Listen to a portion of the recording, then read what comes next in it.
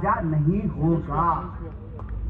जनता के पास वोट का अधिकार है और जनता जिसको वोट देगी, जनता जिसको चुनेगी, वो जो है प्रत्याशी होगा जीता हुआ, और जीते हुए प्रत्याशी जिसको चुनेंगे वो मुख्यमंत्री होगा, वो प्रधानमंत्री होगा। पिछले कुछ सालों में हमने क्या देखा है? हमने ये देखा है कि आपने वोट दिया महाविकास आघाड़ी को, आपने वोट दिया कांग्रेस को, आपने वोट दिया एनसीपी को, विधायक जी चले गए बीजेपी में। और बीजेपी में भी क्या हो रहा है? बीजेपी में ये हो रहा है कि पहले आडवाणी जी हुआ करते थे पीएम इन वेटिंग, आजकल फडणवीस जी हैं सीएम इन वेटिंग। मतलब अपने ही नेता को, अपने ही कार्यकर्ता को वो पीछे छोड़ करके बाहर से लाए हुए लोगों को बिठा करके सीएम बना रहे हैं, मंत्री बना रहे हैं। तो एक बात बताइए कि प्रधानमंत्री जी, पंत प्रधान जी किस मुंह से कांग्रेस को गाली देते हैं कि जो कांग्रेस के नेता यूपीए के वक्त में भी मंत्री बने हुए थे, वही कांग्रेस के नेता एनडीए के वक्त में भी मंत्री बने हुए हैं। तो आपने कौन सा भ्रष्टाचार के ऊपर कार्रवाई किया है? आपने कौन सा परिवारवाद के ऊपर कार्रवाई किया है? ये बेईमानी हमारे आंख के सामने हो रही है। और ये बेईमानी क्यों हो रही है? ये बेईमानी इसलिए हो रही है कि धीरे धीरे इस देश की जनता को यह एहसास करा दिया जाए कि आपके हाथ में कुछ नहीं है, आपके हाथ में कुछ नहीं है, आपके सामने अत्याचार होता रहेगा लेकिन आप कुछ कर नहीं सकते हैं। यह बात हमारे दिमाग में बिठाने की कोशिश की जा रही है। और कैसे बिठाने की कोशिश की जा रही है? प्रचार के माध्यम से हमारे दिमाग में यह बात बिठाने की कोशिश की जा रही है। अब आप बताइए, चुनाव हो रहा है, 19 तारीख को वोट होगा, आप जिसको चंद्रपुर में वोट दीजिएगा वही आपका खासदार बनेगा ना? क्या वही खासदार बनेगा ना? फिर यह बात कहां से बोली जा रही है? अब की बार 400 पार कैसे बोला जा रहा है? यह आत्मविश्वास पंत प्रधान को कहां से आ रहा है कि चुनाव होने से पहले ही, वोट होने से पहले ही, अभी पहले चरण का भी वोटिंग नहीं हुआ है, 7 चरण में मतदान होना है और कह रहे हैं अब की बार 400 पार। इनको कैसे मालूम है? ज्योतिषी हैं? ज्योतिषी हैं क्या? क्या भविष्य देखते हैं? अगर भविष्य देखते हैं तो प्रधानमंत्री जी ये भी बता दीजिए कि अब की बार पेट्रोल कितना 100 पार होगा। ये भी बता दीजिए कि अब की बार गैस सिलेंडर कितना 100 पार होगा। अब की बार कितने और किसानों को इस देश में आत्महत्या करनी पड़ेगी, कितने और नौजवानों को आत्महत्या करनी पड़ेगी, बेरोजगारी कितना पार होगा, महंगाई कितनी पार होगी, ये भी जरा देश को बता दीजिए। बता दीजिए ना। इसका क्या मतलब है? इस बात को समझिए। जब सत्ता को इस बात का अहंकार होता है कि हमको जनता को वोट की जरूरत नहीं है, तब उसके मुंह से ऐसी भाषा निकलती है। भाजपा के कैंडिडेट को चंद्रपुर में महाराष्ट्र की महिलाओं का, देश की महिलाओं का, हमारी प्रत्याशी का अपमान करने की हिम्मत कहां से आती है? क्योंकि उसको मालूम है कि सब कुछ हमने खरीद लिया है।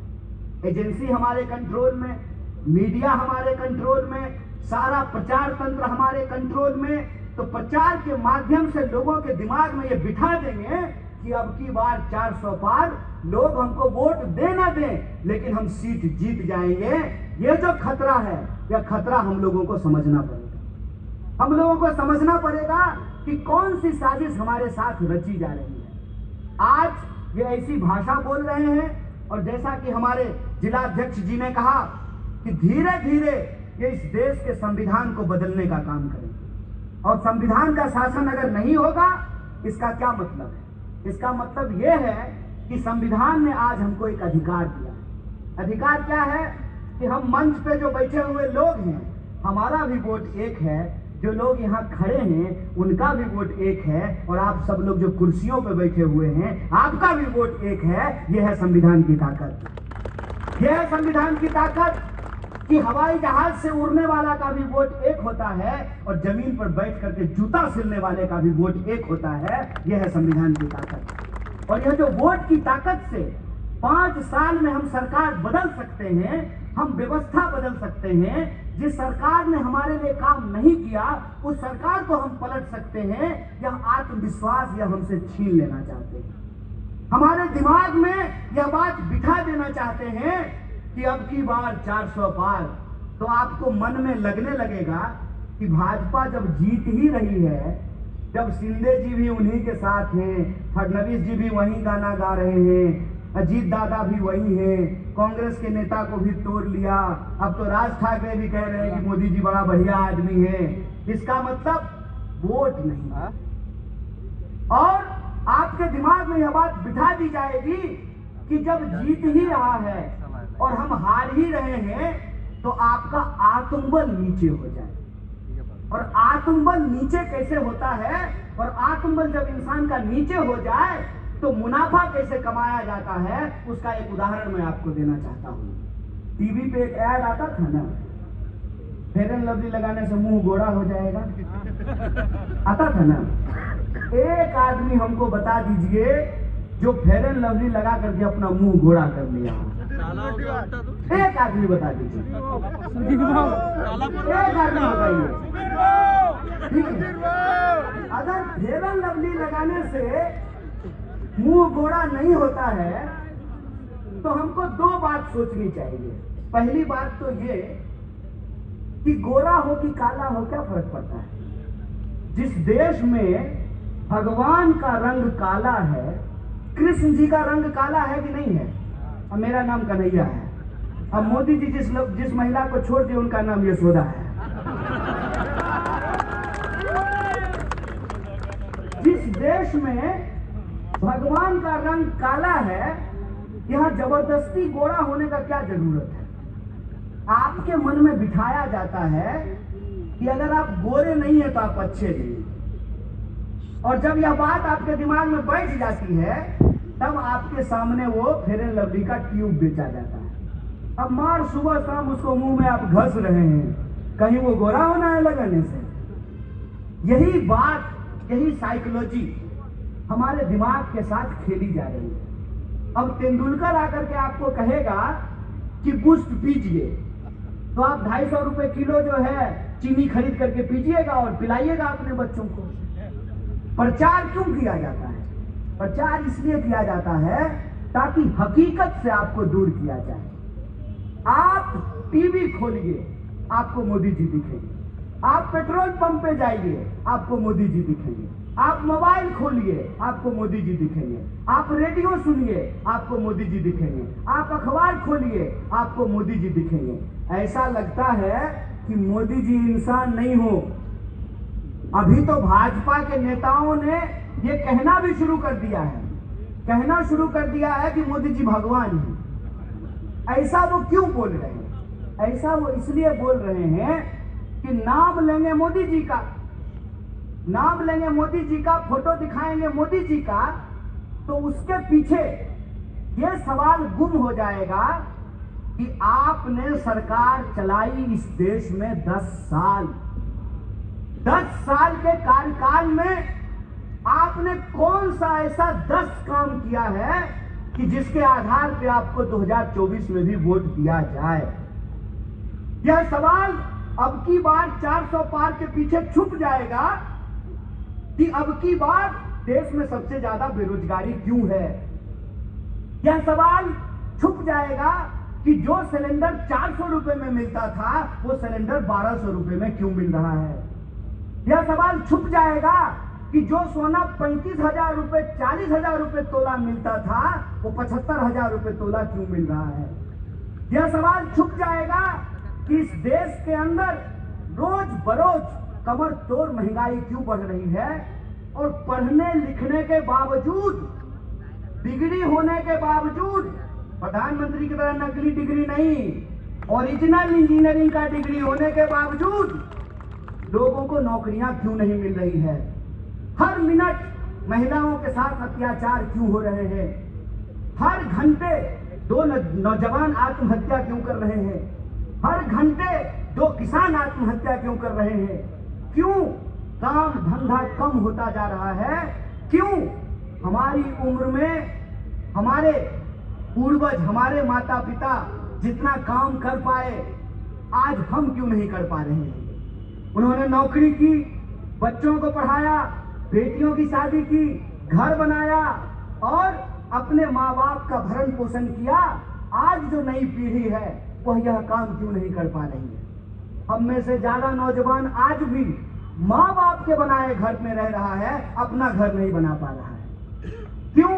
क्योंकि आप एजुकेशन लोन लेकर के पढ़ाई करते हैं और नौकरी मिलने से पहले, नौकरी बाद में मिलती है, कर्जदार आप पहले बन जाते हैं। ईएमआई की हालत यह है कि वॉशिंग मशीन से लेकर के, फ्रिज से लेकर के, गाड़ी तक हर चीज ईएमआई पे चल रहा है। ये जो हालत हुई है अर्थव्यवस्था की, उसका जवाबदेह कौन है? और जो वादे सरकार ने किए थे, प्रधानमंत्री जी ने अपने मुंह से किए थे, उन वादों का क्या हुआ? वादा किया था ना कि सबके खाते में 15 लाख रुपया पहुंचाएंगे। एक आदमी बता दीजिए जिसके खाते में 15 लाख रुपया सरकार ने भेजा हो। कोई एक आदमी?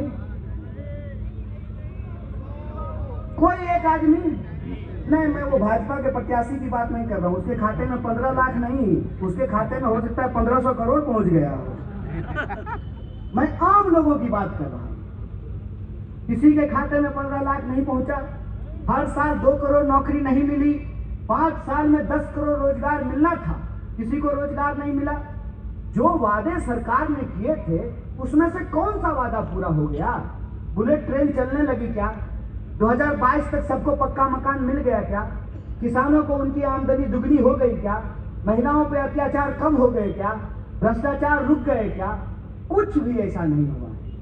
तो 2 बार पंत प्रधान बनने के बाद जब तीसरी बार फिर से वोट मांगने के लिए आ रहे हैं, तो आज की तारीख में उनके पास कोई मुद्दा नहीं बचा है। इसीलिए आप भाजपा का चुनाव प्रचार उठा करके देख लीजिए। उनके चुनाव प्रचार में रोजगार की बात गायब है, महंगाई की बात गायब है, महिला सुरक्षा की बात गायब है, किसानों की आमदनी दुगनी करने की बात गायब है, एमएसपी की बात गायब है। ये सब शब्द उनके भाषणों से गायब हो चुके हैं। इसीलिए जब उनके पास बोलने के लिए कुछ नहीं बचा है, तो भाजपा के प्रत्याशी भाई बहन के पवित्र रिश्ते को बदनाम करते हैं। भाजपा के प्रत्याशी हमारी प्रत्याशी के महिला होने के चलते आंसू होना गलत बात है क्या? आंसू होना अगर गलत बात है तो मुझे बताइए, जब आप अपनी बेटी की शादी करते हैं, तो जब बेटी की विदाई होने लगती है तो बेटी रोती है कि नहीं रोती है? रोना तो इंसान की बात है ना। रोना इंसान की बात है। इंसान रोता है, इंसान हंसता है, इंसान खुश होता है, इंसान दुखी होता है। जिस इंसान ने अपने जीवन संगनी को खो दिया हो, जिस इंसान ने अपने जीवन साथी को खो दिया हो, वो तो रोएगा ही ना। वही नहीं रोएगा जो अपने जीवन साथी के साथ धोखा किया हो, झूठ